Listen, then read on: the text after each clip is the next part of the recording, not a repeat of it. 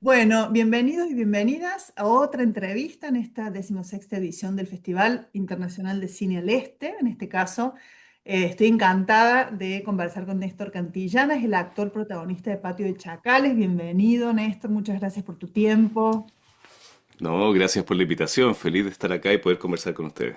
Bueno, nos encantaría tenerte aquí, pero bueno, también pensar en las posibilidades de la tecnología y de que otras personas también puedan verte y conocerte, bueno, y escuchar sobre todo la voz de los actores, que usualmente en los festivales, como tenemos que elegir a quién invitar, entre este año tenemos más de 80 películas, los actores y Wow. actrices quedan, las voces de los actores y actrices quedan como en segunda opción, privilegiando la voz de los creadores y las creadoras, ¿no? Así que bueno.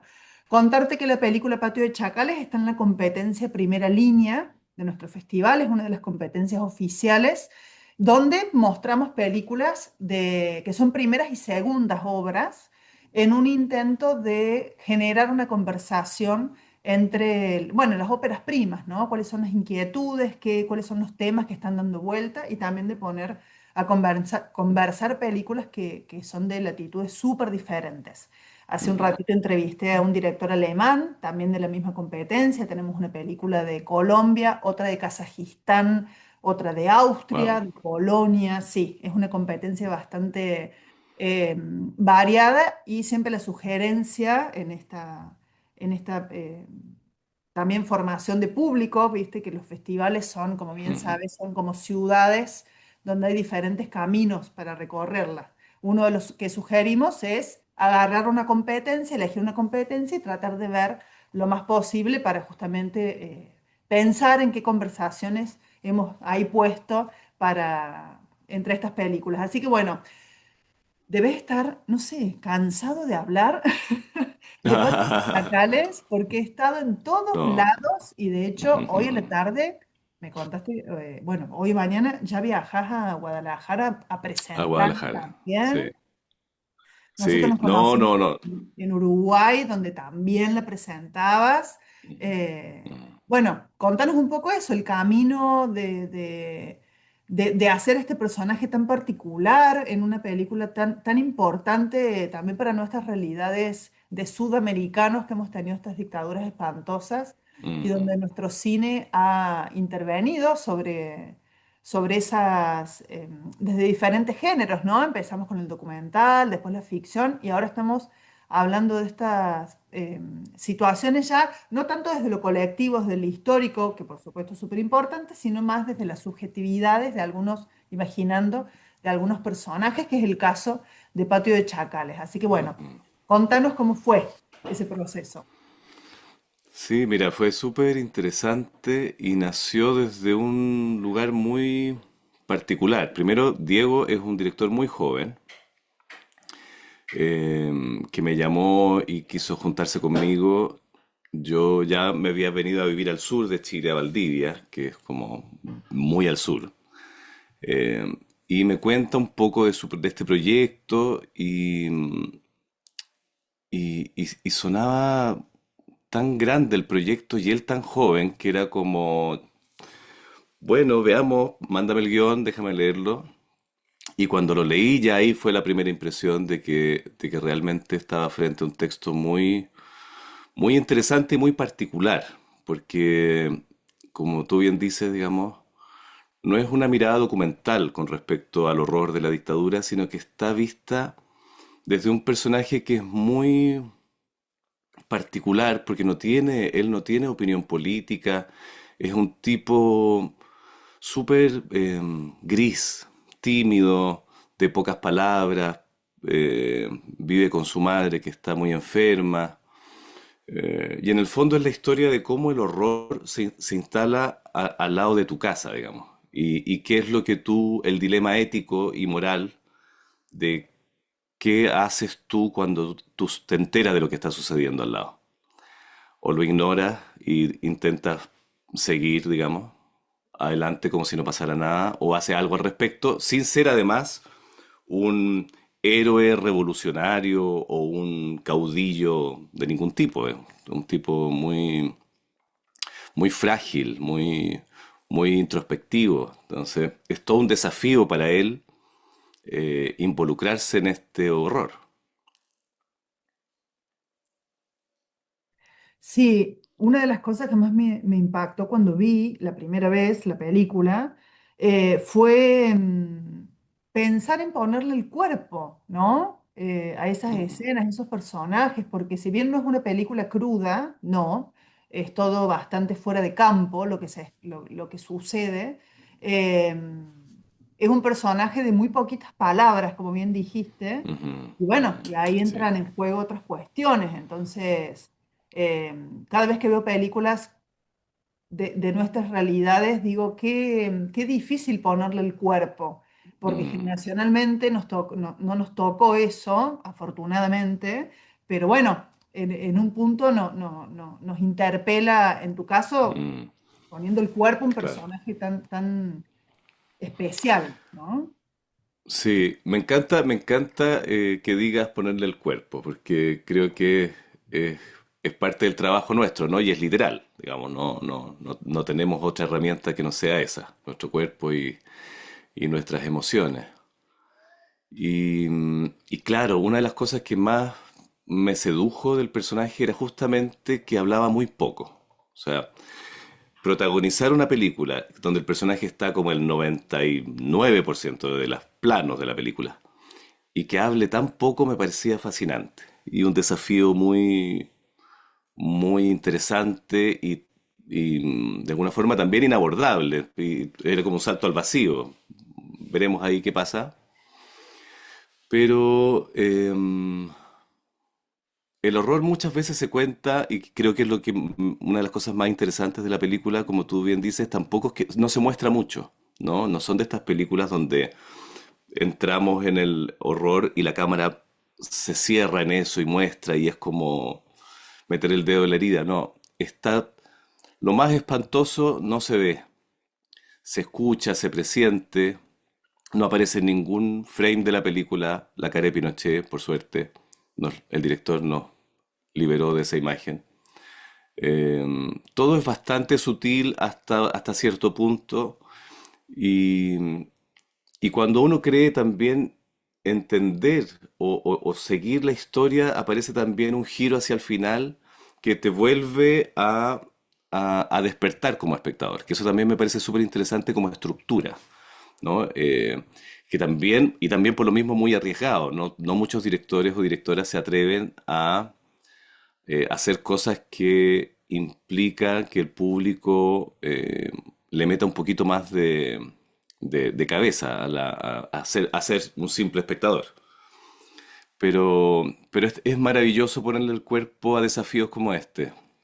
Si bien fue intenso, eh, desgarrador en momentos y fuerte en varios otros momentos también, eh, el grupo era un grupo de gente muy joven, muy talentoso, muy entusiastas con el proyecto. Todos los directores de equipo, todo el equipo en general estaba muy involucrado en esto.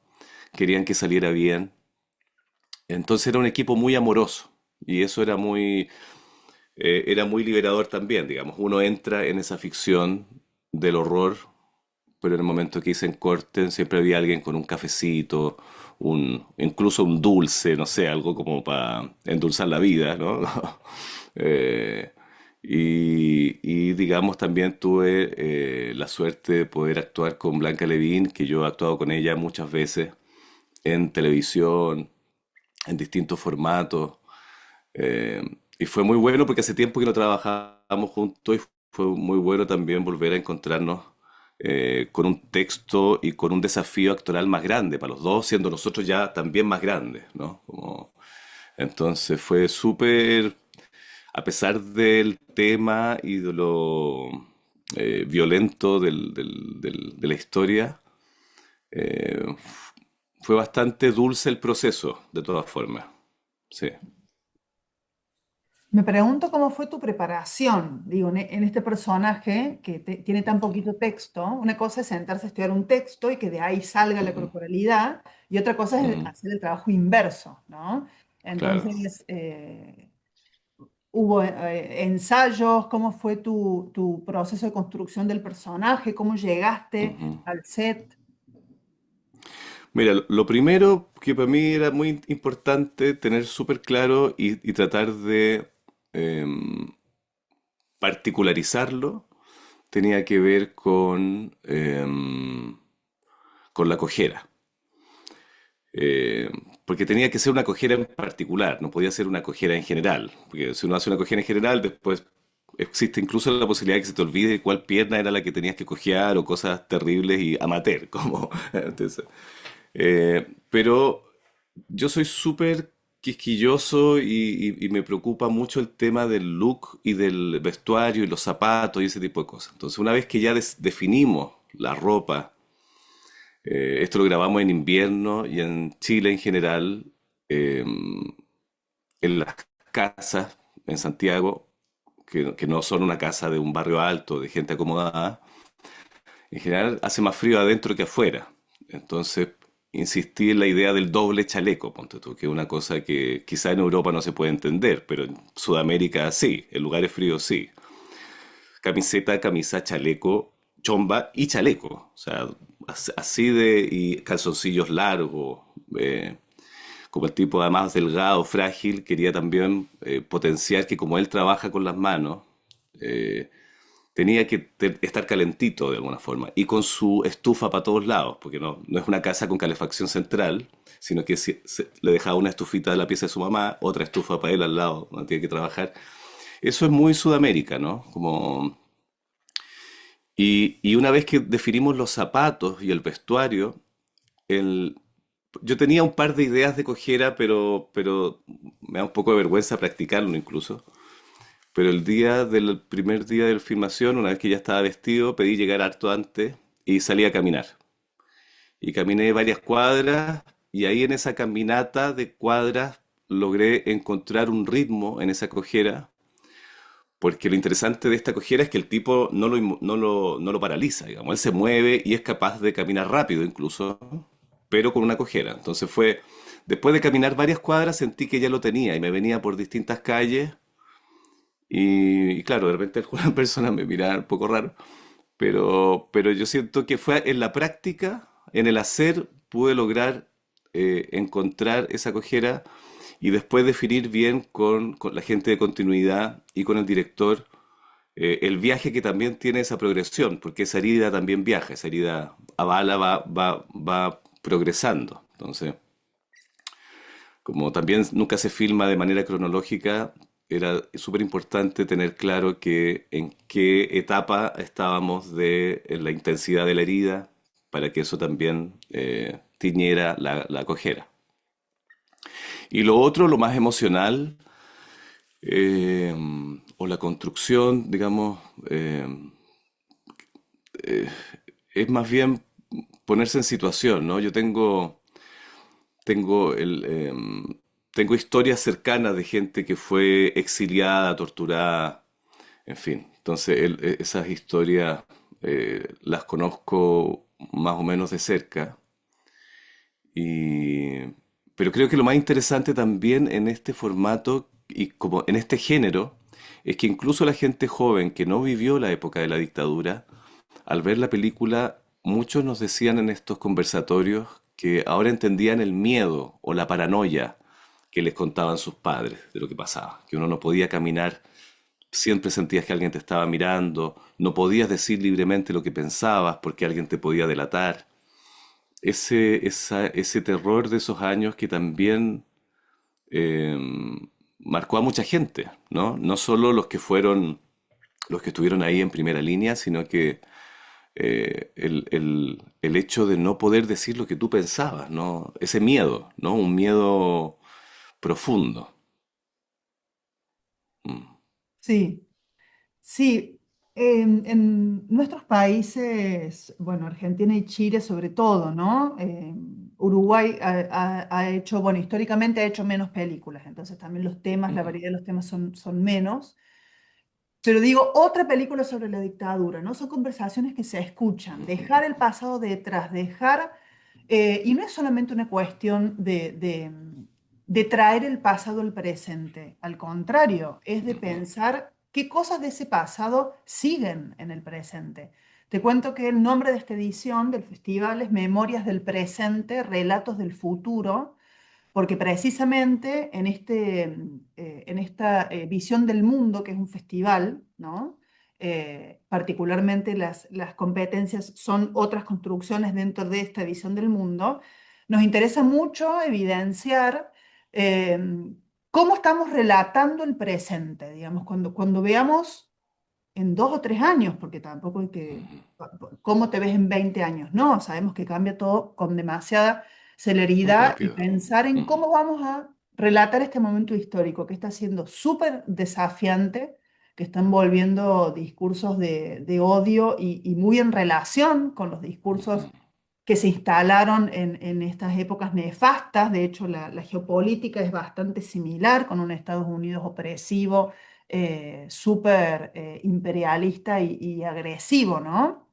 Ujú, Que fue el responsable básicamente de nuestras dictaduras, entre otras cuestiones, pero digo, la importancia también, me interesa mucho, lo primero que mencionaste fue la edad del director, ¿no? ujú, ujú, Entonces, yo pensaba cuando veía que también, por edad, de nuevo, no nos tocó vivir en primera persona ese miedo, pero sí nos tocaron los relatos y sí nos tocó el residuo de eso, el residuo de ese miedo, de esa paranoia. Y me parece muy interesante cuando generaciones tan jóvenes hacen historias, eh, se apropian de la historia de un país, del país que habitan, ujú, del país que los vio nacer, que los crió y que los creó, y hacen sus relatos a partir de ahí, ¿no? Y mientras más honesta es esa construcción, por eso me parece re importante en la película el fuera de campo, pues son ujú, realmente realidades que aprendimos fuera de campo a través de relatos y a través de otras personas, digo, pero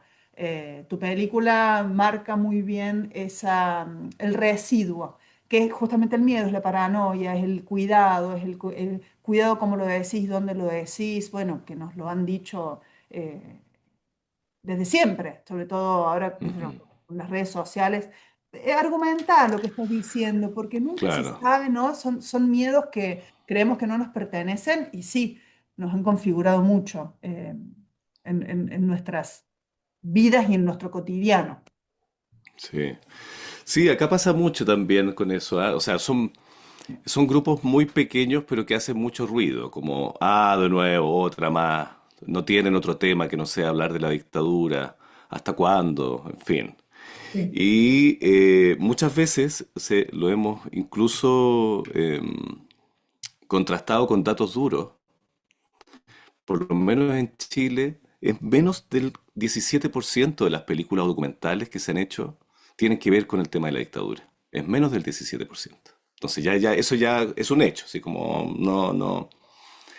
Pero incluso así, incluso cuando alguien dice, ya, de nuevo, sí, de nuevo, y todas las veces que sea necesario, y ojalá desde distintos puntos de vista, porque, porque es fundamental que revisemos la historia, porque como tú dices, eh, pasa el tiempo y uno piensa que es imposible que se vuelvan a repetir atrocidades así, pero se empiezan a dar todos los pasos que también sucedieron antes y que hizo posible una dictadura o que hizo posible una guerra mundial o que hizo posible, qué sé yo, una desestabilización enorme. Cuando uno ve estas peleas entre los superpoderosos, qué sé yo, Trump o Elon Musk, tú dices, eh, es tan una locura, ¿no? Como realmente una rivalidad, una estupidez, un narcisismo tan grande entre personas poderosas puede desestabilizar el orden mundial. O sea, realmente es algo muy grave y es súper importante volver a tocar esos puntos porque yo creo que nosotros como seres humanos somos capaces de actos hermosos, de una generosidad infinita, de una humanidad que va más allá de las ideologías, pero también somos capaces del horror. Entonces tenemos que ser capaces de vernos en todas nuestras dimensiones, porque así como en nuestras dictaduras se torturó, se violó, se mató gente y se hicieron cosas espantosas, hubo también un grupo importante de seres humanos que organizó la solidaridad internacional, los alimentos, la Vicaría de la Solidaridad en Chile, las madres de Plaza de Mayo, en fin, son cadenas, hilos invisibles de amor, de ternura que nos unen, al igual que estos otros hilos invisibles de horror y violencia que tenemos que ser capaces de ver. Es muy, son tiempos complejos, no sé, me pasa también con eso, la de las redes sociales, ¿no? Eh,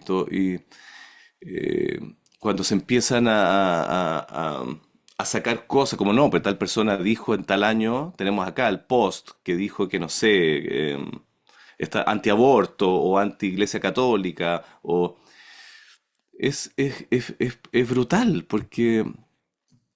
porque claro, empieza a aparecer de nuevo el miedo y esta sensación falsa que nos genera las redes sociales de que tu opinión importa, cuando en realidad no importa, es solo ruido, no tienen cero importancia, no tienen cero relevancia, no sacas nada con postear algo echado en tu cama contra el cambio climático, si no eres capaz de hacer cosas concretas en la realidad de la vida. Entonces, es súper complejo el tiempo que estamos viviendo, pero también hay esperanza. Para mí hay esperanza cuando veo a jóvenes como Diego, que cuando le pregunté si es que él hacía esta película porque tenía alguna historia cercana de algún tío, un papá o algún pariente detenido desaparecido, algo, no, él había leído los zarpazos del Puma, se había informado como buen estudiante de la Universidad de Chile, había estudiado, se había informado, había leído cosas espantosas de ese tiempo y quería hacer una obra, una pieza que hablara de ese horror, porque, porque los derechos humanos no tienen que ver con ideología. Si eso es lo que también, incluso hasta eso en estos tiempos se manipula. ¿Ah? Acá para el estallido social, incluso cuando muchos de los policías disparaban a los ojos a los manifestantes.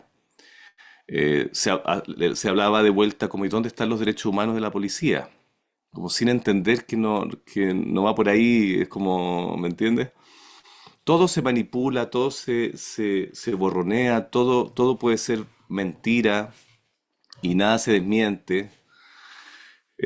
Entonces son tiempos grises, son tiempos difíciles, pero, pero, pero por eso es tan importante el cine, ¿no? Como una posibilidad de instalar preguntas, ¿no?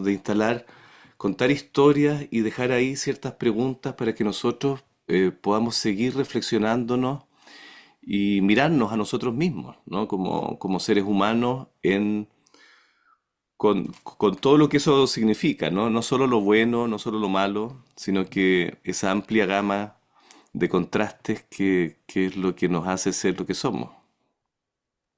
Sí, y abrir conversaciones, ¿no? Ujú, En estas coyuntura que estamos, que hemos ujú. creado, porque la hemos creado en Sí, un claro. punto, eh, es la lucha por quién piensa más Mm, rápido, quién dice algo más picante, mm, más ácido, más agresivo, quién tiene la razón, entonces, convivir con la incertidumbre de las preguntas abiertas es un aprendizaje muy desafiante, ¿no? Muy, sí, muy sí, totalmente. constante. A nosotros nos pasa de tener conversaciones en la preparación del festival, que en el festival lo que tenemos en estas 80 películas que te contaba, son realidades distintas, son realidades muy compatibles, muy universales en un punto. eh, pero bueno, a veces nos metemos con temas que no manejamos tanto. Entonces, que yo, Mm, guerras lejanas, situaciones políticas lejanas. Entonces, bueno, ¿cómo las enmarcamos? Porque también queremos darle voz a otras opiniones, no al fascismo, claramente, pero sí claro. desafiar un poco y corrernos a nosotros, nosotras mismas, que el equipo piensa bastante similar, bueno, que ingresen otras voces y otras realidades también. Así que bueno, Néstor, muy importante charlar siempre con vos. Te deseamos muchos éxitos con tus proyectos también, porque te vas a México a presentar no solamente Patio de Chacales, sino proyectos personales, entiendo. Eh, Sí, está también una película hermosa que se llama Cuerpo Celeste, que dirige Naira Illich, que estuvo también hace poquito el seis de junio en Tribeca, 5 o 6 no me acuerdo por ahí, pero estuvo hace poquito ahí, estuvo muy bien. Ahora va a estar en Guadalajara y también van a mostrar los primeros capítulos, entiendo, de La Isla Oculta, que es una serie de policial ciencia ficción, algo así. Y que está súper interesante también, que es un estilo, es un género súper particular que se hace poco en Chile y que también lo filmamos acá en Valdivia, en el sur. Eh, y está súper interesante para mí además poder verlas esas tres cosas en Guadalajara porque, no sé, en la Isla Oculta tenía el pelo largo, barba, era como un mendigo. El otro era un tipo de los 70, un papá buena onda. Y acá en Patio de Chacales, este otro personaje, son teclas y colores súper distintos.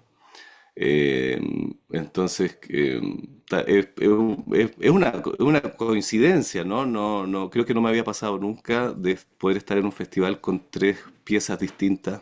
no sé Así que si a estoy súper alguien le ha contento. pasado alguna vez. Tendríamos que buscar, habríamos de Habría que ver. averiguar, habría que averiguar. Claro, si un actor, aparte vos sos muy versátil, yo me acuerdo cuando nos conocimos, no te reconocí, como tu Claro. impronta y el personaje desaparece, te toma, y bueno, Mm, acabas de mencionar tres proyectos súper diferentes donde estás vos, así que sos uno de los grandes actores y bueno, me alegra mucho que estés trabajando mucho porque realmente... bueno, cuando los talentos nuestros salen al mundo y tienen estos recorridos, siempre sobre todo con películas como Patio de Chacales. Así que bueno, te agradecemos mucho, te deseamos mucha suerte, muchos éxitos y ojalá podamos tenerte en nuestro festival presentando una de las películas, porque seguramente seguirás trabajando, ya mencionaste tres grandes proyectos en un viaje, no me imagino las cosas que se vienen. Así que bueno, te mandamos un abrazo no, fuerte. feliz, encantado. Es genial conversar contigo, Sofía. Qué bueno verte nuevamente ahora en este plano virtual. Sí, pues ojalá que nos veamos en algún festival por ahí. Ojalá, Un ojalá. abrazo grande. Un abrazo. Chao, chao.